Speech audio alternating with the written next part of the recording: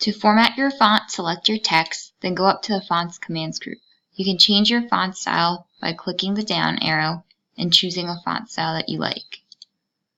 Then you can change your font size by clicking the down arrow here and choosing a font size. You may also want to change your color. You may also wish to change your font to bold, italic, or underline. If you see the down arrow, that means you have some more options.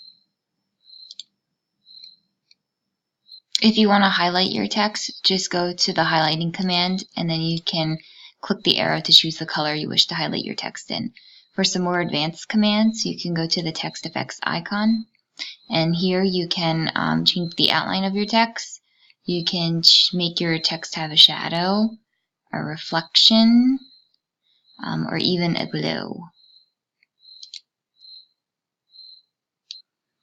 To change the alignment of your text, go up to your paragraph command group. You will see your 4 alignment commands, and you can change your alignment to center align.